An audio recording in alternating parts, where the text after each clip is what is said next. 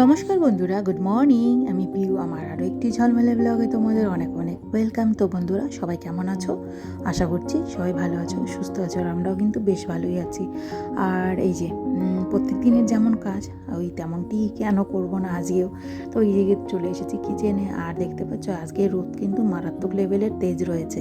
তো ওই দিকে এই যে দেখো, আমি কিন্তু এখানে দাঁড়িয়ে রান্না করবো। আর দেখো এখানে কিন্তু ননস্টপ মানে 2-2.5 ঘন্টা রোদটা থাকবে, ঠিক আছে? তো তাকাতেও পাচ্ছি না, এমন একটা ব্যাপার। আর এদিকে চলো, আজকে বলতে পারো সব কাজই উল্টোপাল্টা কেন বলছি, আজকে ব্রাশ ট্রাশ করা হয়নি, শুধু জামা কাপড় ছেড়ে হাত পা ধুয়ে আমি কিন্তু কিচেনে চলে এসেছি, কারণ অনেকটাই দেরি হয়ে গেছিলো বলতে পারো। আর এদিকে আমি করবো এই যে লাবড়া তরকারি একটু কেটে রেখেছি, সেটা করব, বেগুন ভাজা আর 4টে চাপলা মাছ রয়েছে, ওই একসঙ্গে আর কি তরকারি করব, ঝোলটা করব সর্ষে বাটা দিয়ে আর কি। আর এই যে মাছ রয়েছে পাবদা, এগুলো মিক্স করে একসাথে রান্না করব।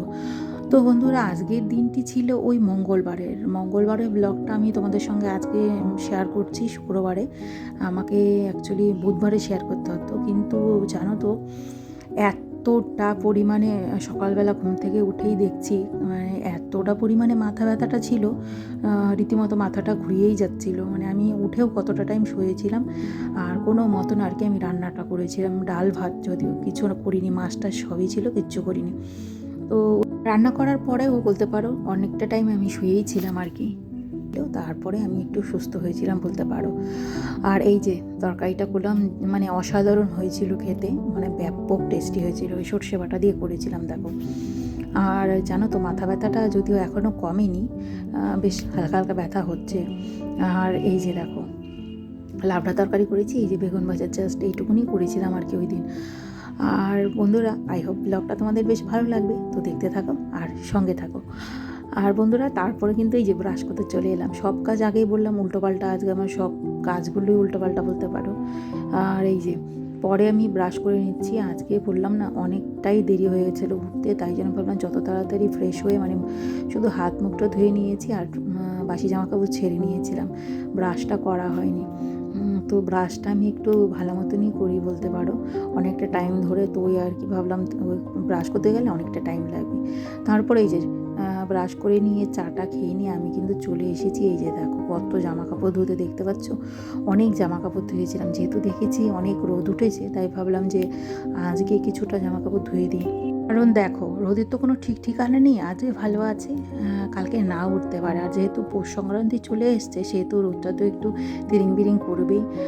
তো ওই আর কি দেখতে পাচ্ছ মামার পাপার কম্বলটাও আজকে বাইরে দিয়ে দিয়েছে, যেহেতু যতই হোক বেটা ছেলে, তো বেটা ছেলেদের গায়ের একটা আলাদাই গন্ধ থাকে দেখবে। আমি তো তাই ভাবলাম যে বাইরে দিয়ে দাও, গরমটাও হবে, গায়ে দিতেও ভালো লাগবে। আর যেহেতু রোদ পাচ্ছে, কেন বাইরে দেবো না বলো। তো ওই আর কি বাইরে দিয়ে দিয়েছে ওই জন্য। আর এদিকে আমি জামা কাপড়গুলো ধুয়ে নিচ্ছি। আমার কিছু জামা কাপড় আরও ধোয়ার আছে, এই যে দেখতে পাচ্ছ কম্বল টম্বলগুলো, এগুলো আমি পরে ধুয়ে নিয়েছি। আর তোমাদের সঙ্গে এই ধোয়াধুয়ি শেয়ার করলাম না, কারণ নয়তো কী বলো তো, ভিডিওটা এত লং হয়ে যাবে যে তোমাদেরও দেখতে বিরক্তি লাগবে, আর আমার মেমোরি অ্যাকচুয়ালি ফুল হয়ে যাবে, এরকম একটা ব্যাপার। তো যাই হোক, তারপরে এই যে চলে এসেছিলাম ঘর গুছিয়ে নেওয়ার জন্য। কিছুটা আমি বলতে পারো গুছিয়ে রেখেছিলাম, আর কিছুটা গুছানো হয়নি। তারপরে যে চলে এলাম ভালো মতন। আর এদিকে দেখতে পাচ্ছ আমার কম্বলটাও কিন্তু বাইরে দিয়েছি, মানে আমি আর মাম্মা যেটা গায়ে দিয়ে আর কি বারান্দাতে দিয়েছি চেয়ারে। আর বালিশগুলো বলতে পারো আমি প্রত্যেক দিনই দিয়ে থাকি। আমার আবার গরম আর ঠান্ডা কোনো কথা নেই, আমার বালিশগুলো গরম হলে না ভালো লাগে, আমার মাথা ঘাড় নয়তো ব্যথা করতে থাকে, আমি এরকম গরম দিয়ে মানে খুব আরাম পাই আর কি, তাই জন্য দিয়ে থাকি। তো যাই হোক, আর আরেকটা কথা বন্ধুরা, জানো তো আমি এই ব্লগটি বলতে পারো এডিট করে রেখেছিলাম, বাট ওই যে ভয়েস ওভারটা যেহেতু দেওয়া হয়নি, সেহেতু আর কি তোমাদের সঙ্গে শেয়ার করতে পারিনি। ভয়েস ওভারটা না দিলে তো শেয়ার করতে পারবো না। আর এই যে আজকে আমি সকালে ভয়েস ওভারটা দিলাম আর তোমাদের সঙ্গে এখন শেয়ার করছি। তো যাই হোক, আর দেখো একটা বাড়ির গৃহিণীর যদি শরীর খারাপ থাকে না, সব কিছুই উল্টোপাল্টা হয়ে যায় বলতে পারো, যেহেতু আমাকে সব কিছু এক হাতে আর কি সামলাতে হয়। দেখো হয়তো আজকেও আমি তোতলে যাচ্ছি, কথা বলতে আমার একটু অসুবিধা হচ্ছে। আগেই বললাম যে আমার মাথা ব্যথাটা কিন্তু কমেনি, হয়তো ঠান্ডার থেকে হতে পারে। আর ওই সকালবেলা প্রেশারটাও একটু হাই মনে হচ্ছে। মামার বাবা বলেছিল চলো মেপে নিয়ে আসি, তো আমি ভাবলাম কি রাতে এত ঠান্ডা ছিল আমি না আর বেরোবো না। আর আমার বলতে পারো ওই দিন মানে রোদে দাঁড়ালে গরম লাগছিল আর ঠান্ডাতে গেলে প্রচণ্ড ঠান্ডা লাগছিল। আমি সারা দিন বলতে পারো সোয়েটার পরেই কাজ করেছি, এরকম একটা। আর সবসময় তো রোদে দাঁড়াতে পারি না, যেহেতু প্রেশারটাও একটু হাই মনে হয়, তো সেহেতু আর কি রোদে দাঁড়াইনি। তো ওই আর কি এখন কন্টিনিউ রোজ দিন আর কি তেল দিয়ে যাচ্ছি মাথায়। তো যাই হোক তেল আর জলটা দিচ্ছি। আর ওই যে এইদিকে তারপরে চলে এলাম আমি এই ঘরটার মুছে নেওয়ার জন্য। ভালো করে দেখলে আমি বিছনাপত্র সব ঝেড়ে টেড়ে নিলাম, তারপরে এখন মুছে টুছে নেবো বন্ধুরা, নয়তো অনেকটাই দেরি হয়ে যাবে। মাম্মা চলে গেছে বাইরে, আর মাম্মাকে বাইরে পাঠিয়ে দিয়েই কিন্তু আমি ঘরটা মুছি। তোমরা জানোই প্রত্যেক দিনই আমি এটাই করি, কারণ বাচ্চা মানুষ তো, নয়তো ওই বারবার করে বিছানায় উঠে যাবে, নিচে নামবে, কথা বললেও তো শুনবে না। আর তারপরে এইদিকে দেখতে পাচ্ছ আমি কিন্তু কম্বলগুলো এনে একদম পরিপাটি করে ভাঁজ করে রেখে দিয়েছি। আর তারপরে এই যে ঘরগুলো আর কি মোছামুছি স্টার্ট করেছিলাম। তো ভালো মতো মুছতে হয়। আজকে ভাবলাম যে রোদ যেহেতু উঠেছিল সেহেতু আর কি ভালো করে মুছেছিলাম। আর দেখো যে ঠান্ডাটা পড়ে না, কি বলবো, মুছলেও না ঘর শুকাতে চায় না, এত শুকনো করে মুছি চিপে চিপে, তবুও না বলতে পারো ভেজা ভেজাই থেকে যায়। আর আমার স্নানের পরে বলতে পারো এই যে পাপোশ টাপোশ ধরতে আমার একদমই বিরক্তি লাগে, মানে স্নানের আগে পরিপাটি করে রেখে যাবো তাহলে আমার শান্তি। আর আমার ফেভারিট সিঙ্গারের গান শুনে শুনে কিন্তু কাজ করি আমি। এই যে কেকে স্যারের গান শুনছি আর আমি কাজ করে যাচ্ছি, আর তাহলে আমি একটু এনার্জি পাই বলতে পারো। মাম্মা যেহেতু দেখে না, এখন বাইরে খেলছে মাটি দিয়ে, আর এই টাইমটা আমি একটু গান চালিয়ে দিয়ে বেশ মিডিয়াম ভলিউম দিয়ে আমি এরকম কাজ করতে থাকি বলতে পারো। আর জানো তো বন্ধুরা, গান শুনতে না আমি বড্ড ভালোবাসি।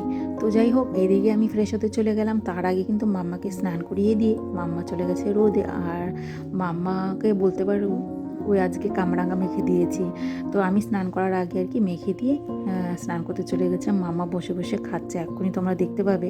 এই যে দেখো বাটি হাতে মাম্মা খাচ্ছে। অ্যাকচুয়ালি কী বলো তো, অনেক দিন থেকে মাম্মা বলছে যে কোনো দিনও খায়নি, যেটা সত্যি কথা। তো টিভিতে দেখে তো তো ডেইলি বলতে থাকবে পাপা নিয়ে এসো না। তো আমাদের ফলের দোকানটা যেখান থেকে আর কি আমাদের গোপালের জন্য ফল আনে, আদার্স টাইমে ফল আনে, তো ওই দাদার দোকানে মানে বলে রেখেছিল। তো দাদা যখন আজকে গিয়েছে জল আনতে, পাশে থেকেই তো জল আনে ঠাকুরের, তো দাদা ডেকেছিল যে দাদা কামরাঙ্গা এসছে, তুমি নিলে নিতে পারো। তো বেশি আনেনি, ওই দাদা এমনি একটা দিয়েছে, তো ওই আর কি ওই মেখে দিয়েছে। মামাও দাঁড়িয়ে দাঁড়িয়ে দেখলাম খেলো, আমি খাইনি। আমার টক জিনিস একদম মানে পছন্দই না বলতে পারো। আমার ঘরে অনেক আচার রয়েছে, একটাও কিন্তু আমি কখনো খাই না। তো যাই হোক চলো বন্ধুরা, আজকের ব্লগটা তোমাদের কেমন লাগলো? ভালো লাগলে লাইক কমেন্ট করে দিও, যারা এখনও সাবস্ক্রাইব করোনি ঝটপট করে নাও। চলো নেক্সট ব্লগে দেখা হচ্ছে, টাটা।